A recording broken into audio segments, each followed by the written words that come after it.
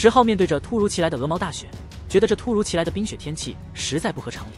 当雪花落在他身上时，却伴随着雷光和寒气的爆发，每一次接触都让他身受重伤。这不再是简单的雪，而是如同陨星般的攻击，每一朵雪花都重若亿万钧，不断砸向他，仿佛要将他击碎。10号意识到，这个世界已经不同于古籍中记载的仙古时代，随意引动雷劫会带来不祥之事。现在，他算是亲身体验到了这种变化，从生灵到瀑布断崖，再到这冰雪雷霆，每一次都充满了诡异和危险。最终，10号被冰雪凝聚成的巨大冰块封冻，悬挂在虚空中，遭受着刺骨的寒冷和法则的孕育。在这冰雪雷劫的冲击下，10号感到昏昏沉沉，但他强迫自己保持清醒，因为他知道，一旦闭上眼睛，就可能在这妖异的雷劫中丧命。冰封中的10号开始发出光芒，身体如同燃烧的火球，最终化作一轮金色的赤阳，释放出强烈的阳刚之气。10丈高的寒冰终于皲裂炸开，化为光雨被他吸收。10号坚信，尽管这次雷劫异常危险，但收获也将是巨大的。每次经历雷劫后，他都能感觉到自己的蜕变，身体变得更加强韧，元神也变得更加纯粹。随着又一次雷劫的降临，10号知道自己正面临着9重天劫，这在仙古时代已是极为罕见的顶级雷劫。他所经历的9种劫难中，大部分都是前所未闻的诡异劫难，仅有2、3种在古籍中有记载，且为最强雷霆。10号对这一切感到震惊，毕竟这只是他第一次尝试渡劫。雷劫下，10号曾5、6次被打至残破不堪，最严重的一次，他的头颅被劈落，四肢断裂，但他最终还是坚持了下来，挺过了这些变态的雷劫。对于那些古籍中没有记载的劫难，他更是感到无比要挟。总算过去了，10号长出了一口气，本以为一切都已结束，却没想到又迎来了更加猛烈的第10重雷劫。这道雷光如同大海般浩瀚，力量之大让他骨断筋折，连古文都无法防御。他全身浴血，伤势严重。面对这突如其来的第10重劫难，10号感到了前所未有的绝望。在仙古时代，9重天劫已是极为罕见，而第10重更是闻所未闻。他想到了古籍中模糊的记载，似乎预示了这种极端情况的出现，但他万万没想到自己真的会遭遇这样的劫难。10号意识到，这一切可能是因为他在一个本无天劫的时代强行触动了某种禁忌，从而遭受的惩罚。第10重雷劫的降临几乎要将他彻底毁灭。10号被雷光腰斩，血肉横飞，甚至连双臂都炸断了。然而即使在这样绝望的情况下，10号依然不愿放弃。他怒吼着，凭借着坚强的意志和一身的道行，强行聚集血肉和骨骼，让自己的身体重新组合起来。10号经历了难以想象的苦难，最终当雷光逐渐减弱，10号抓住机会一跃而起，冲进了一片山地中，躲避了雷劫的追击。怎么会有山地？10号吃惊，意识到这10重诡异的大劫并没有结束。突然山地震动，马蹄声如雷鸣，一头赤红如血的战马奔腾而来，马背上的骑士手持方天画戟，英姿勃发，战气冲天。这一幕充满了极度的危机感，10号知道他必须全力以赴。在雷霆的伴随下，这位骑士的出现超乎常理，但10号没有时间去深究，他只能凭借自己的实力与这位神秘的对手决一死战。10号施展雷地宝术，与对方的大戟硬碰硬，尽管他身上血花四溅，险些丧命，但他并未放弃。10号大吼，施展轮回宝术，光芒四射，淹没了前方的敌人。那位骑士和战马遭受重击，咳血倒飞。但令10号震惊的是，雷霆的力量让这一人一骑原地再生，而且每次复活后，他们的实力都会激增，这让10号感到了前所未有的恐怖。这场战斗异常惨烈，10号几乎被打到半废，骨骼断裂，但他依然坚持战斗，施展了轮回宝术、鲲鹏宝术、雷地宝术等所有他掌握的绝技。这是他来到上界后所经历的最艰苦的一战，他几乎支撑不住，但战役依旧炽盛。最终在无数次的交锋后，那一人一骑在雷光中消失，10号终于取得了胜利。这场战斗耗尽了他的精气神，对手的强大和不死之身让他倍感压力，但10号凭借坚强的意志和不懈的努力，最终战胜了这位强敌。10号一屁股坐在了地上，这次亏大了，自己都快惨了。然而他不知道的是，就在他脑后的神盘，这个由符文构成的神秘之物已经完整的记录了他所经历的一切。随着雷劫的退去，周围的山地开始变得模糊不清，这是雷霆所画的世界即将随着雷劫的结束而消散。10号轻声自语，确认自己已经成功渡劫，而且他感觉到自己已经达到了尊者大圆满的境界。尽管身体受到了严重的伤害，但他的皮肉变得更加坚韧，闪烁着奇异的光辉，元神也变得异常强大。突然10号眉心的小人走出，吸纳了周围的雷光，这是天劫散开的能量，他没有浪费一丝一毫。在雷光的笼罩下，10号的肉身和元神一同吸收了这罕见的劫光，他能明显感觉到自己的力量有了显著的提升，仿佛经历了一次重生，这是一次难以想象的洗礼。抬头望向云层深处，10号看到了雷光缭绕中的一座雷池，池中充满了神秘的液体。他意识到真正的蜕变即将到来，即便之前差点在10重妖异的雷劫中丧命，有了这雷池中的宝液，他将获得新生。身上的伤痛对他来说已不再重要，因为他即将经历一次彻底的蜕变。10号迅速穿过雷光，来到了雷池边。古朴的雷池内液体浓郁，散发着璀璨的光芒和强大的生命力，还有阵阵馨香。这个雷池虽小，却蕴含着无穷的力量与奥秘。这个2尺见方的池子，仿佛经历了时间的沉淀和岁月的洗礼，岩壁上的骨痕斑驳，见证了历史的沧桑。雷池中的雷结液隐隐灿灿，伴随着阵阵清香。这是天地间极为稀珍的神液，蕴含着惊人的生气。雷结液的获取极为不易，它藏于雷瀑之中，常人难以接近。而修为高深者一旦靠近，便会引动与境界相符的雷劫，危险至极。因此，雷结液通常只有在雷雨过后，偶尔在山地中发现的一滴，是从雷池中溅落出的。10号历经艰难的渡劫，身体几乎被打残，但他终于走到了雷池边，这份坚持和勇气可见一斑。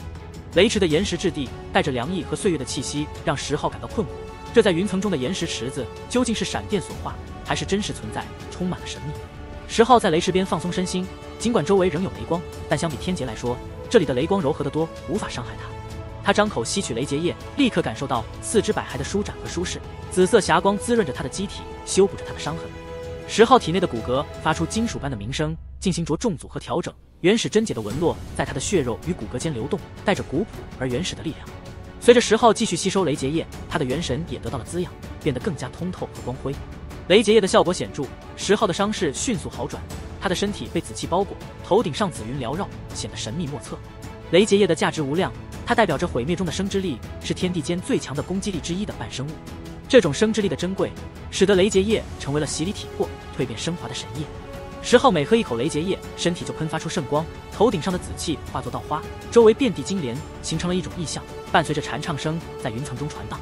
在雷池边，10号如同天地间至高无上的祭灵，接受着万灵的朝拜，周围奇景闪耀。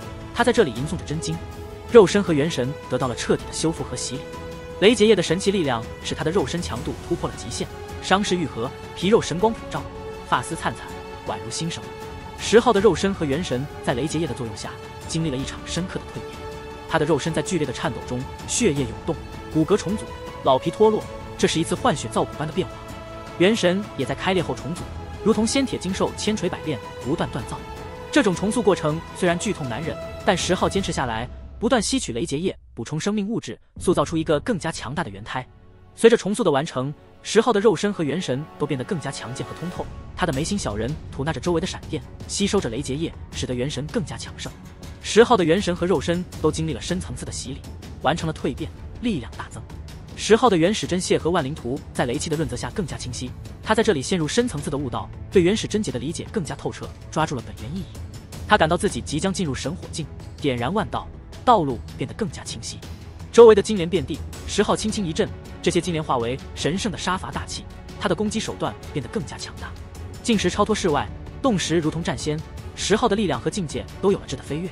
他站起身来，周围的金莲摇曳，手指天空，无数花瓣飞舞，无坚不摧，让虚空扭曲，震散云朵，显示出他无与伦比的力量和掌控。10号在雷池边的修炼中，不仅感受到了自身力量的飞速提升，还意外地目睹了一幕超乎想象的奇景。他发现，在雷劫之上，还有一层神秘的雷道天穹，那里充满了莫名的雷光，仿佛构成了另一层天地。这让10号感到惊讶，因为他刚刚经历了10重雷劫，而现在所见的似乎是更高级别的神灵劫，远超他当前的境界，蕴含着巨大的凶险。10号通过雷道光幕，隐约看到金色池子中的液体与他所吸收的紫色雷结液截然不同，还有古树、房屋、金屋、龙等超凡景象。这一切让他既吃惊又充满期待，他渴望在点燃神火，达到自身大圆满之后，去挑战那更高的劫难，以期获得更大的造化。然而，当10号尝试收集雷池中的剩余雷结液时，却发现这些液体难以完全封存，似乎有部分会神秘的蒸发，这让10号感到困惑。他想起了其道灵曾说过的道，提醒他在追求战力的同时，也要理解冥冥中的朴质道理。10号意识到，过度的追求可能会导致过犹不及的结果。就在10号沉思时，他感觉到头顶上方的雷道天穹正在下压，散发出异常危险的气息。意识到这是神灵劫的征兆，10号没有犹豫，开始大口吞咽雷结液，将其融入身体中。周围的环境随之变得电闪雷鸣，狂风暴雨，景象骇人。10号感到惊疑不定，他不确定是否有某种存在能够感知到这里的一切。当一道道雷电几乎要劈在他头上时，他甚至半开玩笑地向天空咕哝，似乎在与那冥冥中的存在对话。然而，紧接着出现的108道血色闪电和神情龙的出现，让10号意识到情况的严重性。10号决定不再逗留，他采取了大道取半的策略，吸收了雷结液的净半，并用补顶装了一些。随后，他毫不犹豫地冲向地面，离开了那个危险的地方。他刚一离开，那里就被雷霆淹没，证明了他的决策是正确的。即便在安全的地方，10号仍然感到心疼，或者说是骨头疼，因为他知道自己不得不放弃了雷池中剩余的雷结液。